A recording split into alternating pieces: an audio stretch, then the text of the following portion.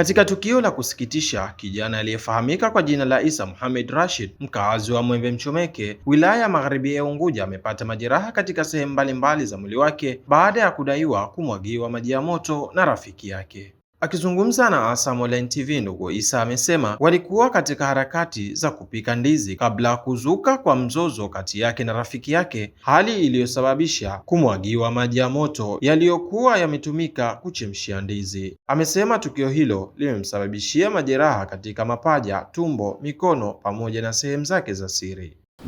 Tumekaa, yeye alikuja, alikushamaliza kupika, tumepika ndizi za kuchemsha. Tumezimaliza maji tukaacha bado jikoni. Asa kaja habari ya story. Anza kunitajia habari ya familia, habari ya dada hivi kila siku ananitajia. Mimi nikamwambia mambo hayo siwezi kunitemea, usinitajie. Maana yake kaza kunipandishia. Situmentaja kukufanyia, situmevimevema usinitajie, mimi hata kitaka kunipiga. Wewe nipige kimo usinitajie familia. Maana yake dogo mzarao simna hivi. Dogo nini akachukua maji ndo akamwagia maji ya moto. Hapo chini hapa mikononi au chini sehemu za siri na tumboni kidogo. Maji ya moto bado pale anataka kunipiga, akakamatwa, baadaye ndo akaondoka. Mimi ndo nikaingia ndani kwa ajili ya kupaka Colgate na kuletwa huku. Kwa upande wake mama mzazi wa kijana huyo Khadija Isa Abedi ameiomba serikali pamoja na vyombo vya dola kuchukua hatua za kisheria dhidi ya mtuhumiwa. Mimi kawaida yangu mtoto wangu anatoka saa 2, saa 3, saa 4 ndo anarudi, zingine hapa kuna mpira anakawia kidogo. Kwa hiyo nimeshazoea mwanangu atakija na nigongea. Nimefika saa 4:30 mimi nimelala. Yaani sijalala, nimekaa na ndo najitayarisha tukatulala, lakini yeye akishafika na nigongea, lakini sipati usingizi mpaka watoto wangu waingie ndani. Hasa huyu yule ana watoto wa kike, hakatoki usiku yeye. Kwa hiyo mimi nimekaa naona simu inalia ngeni, lakini sijashughulika sababu najua kawaida namba mtoto anapiga.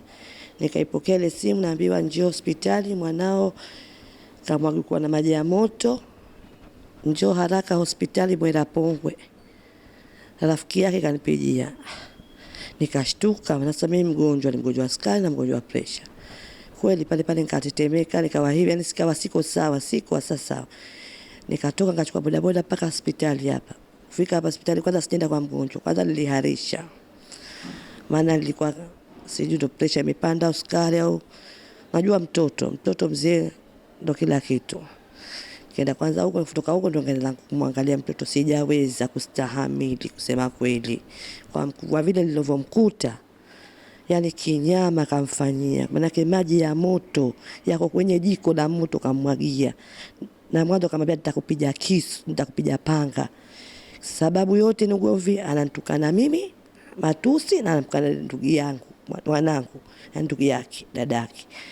Na yeye ugomvi wake zaidi ananitukana mimi. Akamwambia bana usimtukane mamangu. Ndio ugomvi wote ninavyosikia. Mimi nimeambiwa sababu nilikuwa sipo. Yule ndo akasema nishamtukana, ndo nazidi kumtukana, akatoa matusi alivyotaka mwenyewe yule jamaa. Huyu ndo akapani akamwambia wewe unapenda kunionea kwa sababu mimi mdogo, ushazoea unionea, lakini iko siku yako.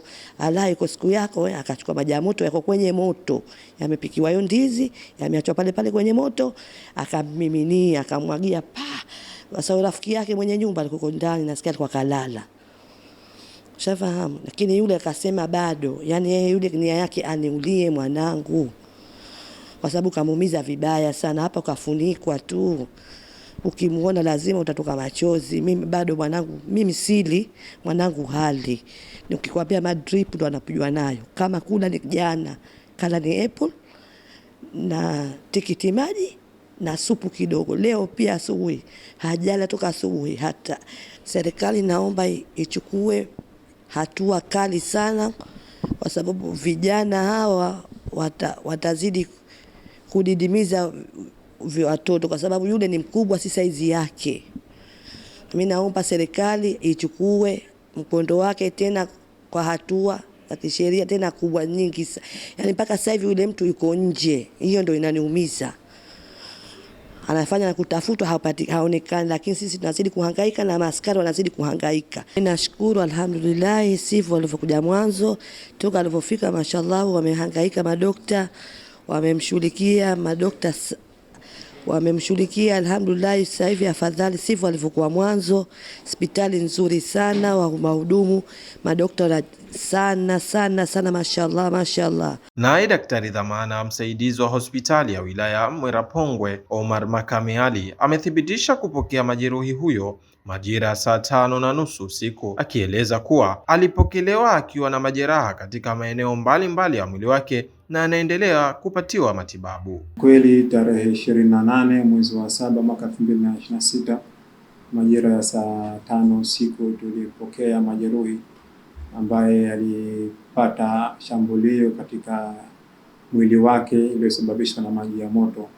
Kwa hiyo tulipokea usiku huo na alikuwa na majeraha katika sehemu zake za mapaja na sehemu zake za tumbo. Kwa hiyo tukamlaza katika hospitali ya Mwera-Pongwe kwa ajili ya kuendelea na matibabu.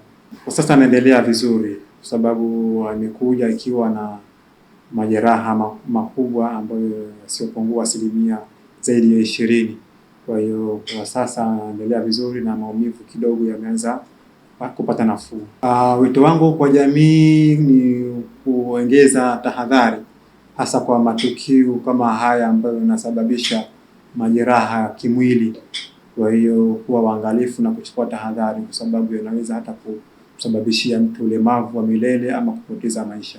Hizi ni ripoti za ASAM. Mimi ni Abdillahi Abdullah. Nyuma ya kamera ni Zakaria Daniel.